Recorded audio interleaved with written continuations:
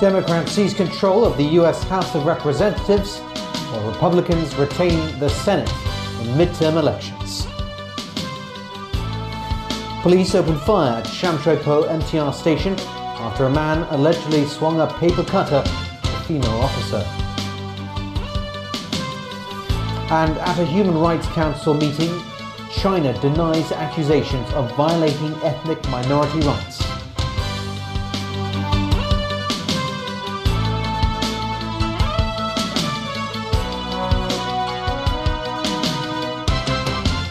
Good evening. In the U.S. midterm elections, Democrats have won a majority in the House of Representatives. However, Republicans have expanded their majority in the Senate. As you can see, Democrats picked up at least 24 House seats. And that means they've captured the 218 seats they needed to break the 8-year hold Republicans had on the House. Several House races have yet to be decided, so their majority could still grow larger. As for the Senate race, Republicans flipped 4 Democratic seats, giving them an expanded majority. Several other races remain too close to call, which means Republicans could expand their majority even more. And the moment Democrats won control of the House, they made it clear they'll use their power to block U.S. President Donald Trump's agenda and investigate him. But Republicans insist there was no big upsets in this election, except for a big win for diversity. The leader of the Democrats congratulated winners on ending 8 years of Republican control. Thanks to you, tomorrow will be a new day in America.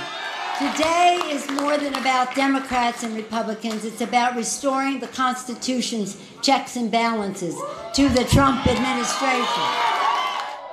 One of the biggest upsets in the House election was when former U.S. Cabinet Secretary Donna Shalala won a House seat in Florida. She flipped that seat into the Democratic column for the first time in decades. It does us no good to beat up immigrants, to narrow down who can come into this country, because this country has been built and fought for in our wars by people whose parents and grandparents and who themselves came from other places. The biggest new political star among the House Democrats is New York's 29-year-old Alexandria Ocasio-Cortez, who just became the youngest member of Congress. And that's exactly what this is. Not a campaign or an election day, but a movement, a larger movement for social, economic, and racial justice in the United States of America. One of the biggest upsets in the Senate races took place in Texas. That's where all the money in the world couldn't stop Republican Senator Ted Cruz from keeping his Senate seat against Democrat Beto O'Rourke. We saw a $100 million race with Hollywood coming in against the state, with the national media coming in against the state, but all the money in the world was no match for the good people of Texas. Another upset was when Republican Marsha Blackburn was elected the first female senator from Tennessee. Thank you for believing in me and for hearing our message and for giving me your vote and for allowing me to be the first woman ever elected.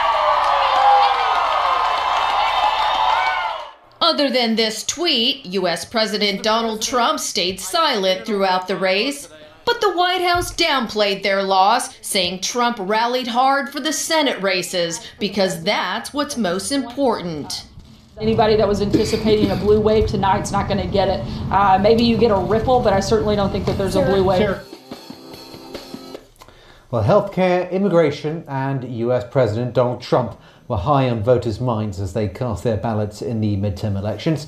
And American female voters provided a swing to help Democrats seize control of the House of Representatives. Alan Buckner reports. Healthcare was at the forefront as polls showed 27% deemed it the most important issue facing the country, with immigration not far behind at 23%. Now, Republicans made repealing Obamacare really a centerpiece of their campaigns during Obama's presidency, but even some Republicans have backed off of that issue as they've seen the Obamacare law grow more popular. The midterms also saw the first African-American female elected to the House of Representatives in Democrat Diana Pressley. I am so honored and humbled to share both the ballot and the stage with the many visionary, bold women who have raised their hand to run for public office. Surveys showed that 60% of female voters opted for Democrats. If you look at the breakdown, we've seen that in year after year, but certainly in this election, that's a number that we're all looking for. Yeah, but right now there is a significant gender gap for women voting for the Democrats. And even though his name wasn't on the ballot, President Donald Trump figured prominently. Nearly 2/3 of the voters said Trump is the reason they cast a ballot. But more voters said that they voted to oppose Donald Trump than to support him. Voters give the president strong marks on the economy, but they give him poor marks on his temperament. A large majority of voters expressed enthusiasm for this election, with nearly 9 in 10 saying they were extremely interested or very interested in casting a ballot. Alan Bookniak, TVB News. Here in Hong Kong, a policewoman opened fire and shot a man at Sham Shui Po MTR station during the morning rush hour today. The man allegedly swung a paper cutter at the policewoman when he was stopped by officers on crime prevention patrol. The man remains in critical condition tonight. It's believed to be the first local case in which a female officer has opened fire while on duty. Kenneth Chu with more. The scene of shooting near Exit D inside Sham Shui Po station. At around 7:40 a.m., a pair of officers of the police tactical unit spotted a suspicious-looking man. When the officers were carrying out a stop and search, the man took out a 15-centimeter-long paper cutter from his bag. The male was using a life-threatening sharp-edged weapon to try to attack the officers at scene. He continued despite a verbal warning by the officers. The policewoman fired a shot, hitting the man in his abdomen. The officers then subdued him. That part of the MTR station was sealed off until around noon as police carried out investigations. The man who was shot, a Hong Kong ID card holder, was rushed to Princess Margaret Hospital for treatment. Sources say the 55-year-old has a previous conviction of assaulting a police officer. He is under arrest on suspicion of possessing an offensive weapon and assaulting police. The Kowloon West Regional Crime Squad has now taken over the case. Having served the police force for 6 years, the female officer joined a police tactical unit 6 months ago. A further probe into whether she had followed police guidelines in firing her gun will be conducted. So far, questions have been raised as to whether the firing was truly necessary. Lam Chi-wai, chairman of the Junior Police Officers Association, said cutters can be a fatal weapon. Regardless of whether a crowd was present, he noted what mattered was the shooting had successfully subdued the man without harming others. In 2005, Police Constable Jackie Chu was stabbed in the neck with a knife while on patrol. He has since been in a near vegetative state. Kena Chu, TVB News. China dismissed Western accusations that it holds ethnic minorities in mass detention camps as seriously far away from facts. That's after France, Germany, and the United States called on Beijing to shut down the camps that allegedly hold at least 1 million Uyghurs and other Muslims. Jeff Tang reports. China's human rights conditions were under the spotlight on Tuesday as the United Nations Human Rights Council convened in Geneva for a review session. Chief among concerns from the West are accusations that Beijing is stepping up a mass crackdown on Uyghurs, Kazakhs and other Muslims in the Xinjiang Uyghur Autonomous Region. According to human rights activists, Beijing has sent more than 1 million ethnic minorities into indoctrination camps since last year to undergo so-called political re-education. We recommend that China, 1. Abolish all forms of arbitrary detention, including internment camps in Xinjiang, and immediately release the hundreds of thousands, possibly millions, of individuals detained in these camps. 2. Cease harassment and extraterritorial abduction of human rights defenders and their family members. Cease house arrest and travel restrictions for people based on their rights defense work, and release those imprisoned for such work. The allegations were dismissed by China's Vice Minister of Foreign Affairs, Le Yucheng. 治病与未病 We will not accept the politically driven accusations from a few countries which are fraught with biases and are seriously far away from facts, Le said. No country shall dictate the definition and criteria of democracy and human rights or impose its own standards on others. Le added that Xinjiang faces threats from Islamist militants and separatists, and the so-called internment camps are merely vocational training centers aimed at training and preventing people from joining terrorist organizations. This was the third time since 2009 that China's human rights record was scrutinized by the UN, and the first time since President Xi Jinping took office in 2012. Last night in Beijing, Foreign Ministry spokeswoman Hua Chunying also rejected accusations of mistreatment in the region. She quoted Xinjiang officials as saying there had been no violent attacks in the volatile region for 21 straight months. Jeff Tang, TVB News. Still ahead in our newscast, the French president calls for a common European army to protect itself from Russia, China, and the U.S. In the UK, 6 men arrested over a video showing an effigy of Grenfell Tower being burned. And in Germany, a 94-year-old ex-Nazi camp guard goes on trial.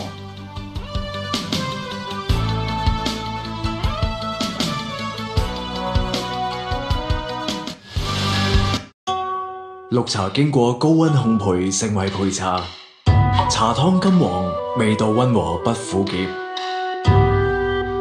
獨特嘅烘焙香氣，北川半冰圍商店傳說焙茶。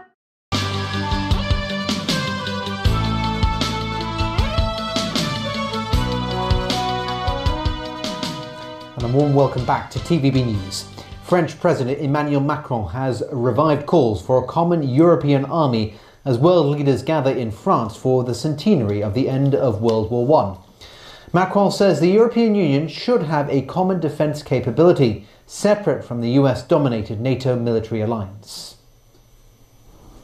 With the United States under the Trump administration showing reluctance to shoulder the physical and financial burden of Europe's defence under NATO, French President Emmanuel Macron is calling for a real European army to reduce the need of the EU to rely on American hard power. L'Europe est de plus en plus fracturée. Quand je regarde le monde... Speaking on Europe 1 radio earlier this week, Macron said Europe was more and more fractured just as authoritarian powers re-emerged and rearmed themselves at the edges of Europe. Macron went on to list Russia, China and even the US as powers that might seek to harm Europe's interests. While there has been no official reaction to Macron from a United States distracted by the midterm elections, the idea that America could be thought of in the same light as China and Russia may not go down well in Washington. Still, there are growing concerns across the European Union that President Trump may be less willing than his predecessors to come to Europe's defence in the face of a newly assertive Russia. This, plus the imminent departure of Britain from the EU, has revived discussion of defence cooperation across Europe. Last December, most EU member states agreed to cooperate on funding and developing their armed forces. Meanwhile, French officials say security agents have arrested 6 people on suspicion of plotting to attack French President Emmanuel Macron. Prosecutors have opened a preliminary investigation of alleged criminal terrorist association. Authorities say intelligence agents detained the 6 suspects in 3 scattered regions around France. Authorities say the suspects, aged between 22 and 62, include 1 woman. Staying in Europe, and London police say they have arrested 6 men over a video that showed a cardboard model of Grenfell Tower being burned on a bonfire. It was an act condemned by bereaved families and survivors of the apartment block blaze that killed 72 people last year. London police say 5 men turned themselves in late on Monday and were arrested on suspicion of a public order offence. A 6th man handed himself in to police on Tuesday. I think most of us are absolutely appalled. And I think it's a shameful indictment that there are groups within our society at the moment who think it's actually appropriate to make fun of the death of 72 people in a fire. A 94-year-old German man went on trial yesterday. He's accused of assisting in the murder of hundreds of people in a Nazi concentration camp during World War II. The man, who can't be identified for legal reasons, was a guard at Stutthof camp in Poland. There is no evidence linking him to a specific crime. However, prosecutors argue that as a guard, he was an accessory to at least hundreds of deaths of the 60,000 people killed at that camp. The man doesn't deny serving in that camp, but told investigators he was unaware of any killings. While the German Federal Prosecutor's Office still has multiple cases of Nazi war crimes ongoing, this may be the last that makes it to trial. The inquiry into the Hongham MTR station scandal continued today. The witness of subcontractor Fang Sheng has admitted the defective work by his workers and his own shortcomings in supervision. Haley Zhou reports. At today's hearing, a leading counsel for the government cross-examined Poon Wai-shen, the head of Fang Sheng. That's the subcontractor responsible for bar bending and fixing works for the main contractor Leighton Asia. Richard Koh, the government's counsel, asked Poon on when he learned about the bar cutting and what measures he took. Poon claimed that he first found out during an interview with the MTRC in June this year. Therefore, for more than 2 years after the cutting happened in December 2015, he knew nothing about the cutting. Though Poon was aware his company had received a warning letter from Leighton in December 2015. But Poon thought it was a mere workmanship problem prompted by his workers' failure to properly screw in some rebars into couplers. So he didn't look into it after his foreman told him they were all fixed immediately under the supervision of both the MTRC and Leighton. The panel's chairman Michael Herman said management requires understanding the position, reducing it to clear parameters and then dealing with it, and you don't seem to have done that. He admitted he did not take steps to find out what the problem was and did not ensure proper oversight as a manager. During the hearing, Poon's inconsistent and unclear answers prompted the commission chairman to say Poon was trying to mislead the inquiry. The chairman stressed the hearing's purpose is for the public, not for Poon himself. Haley Zhou, TBB News. And from all of us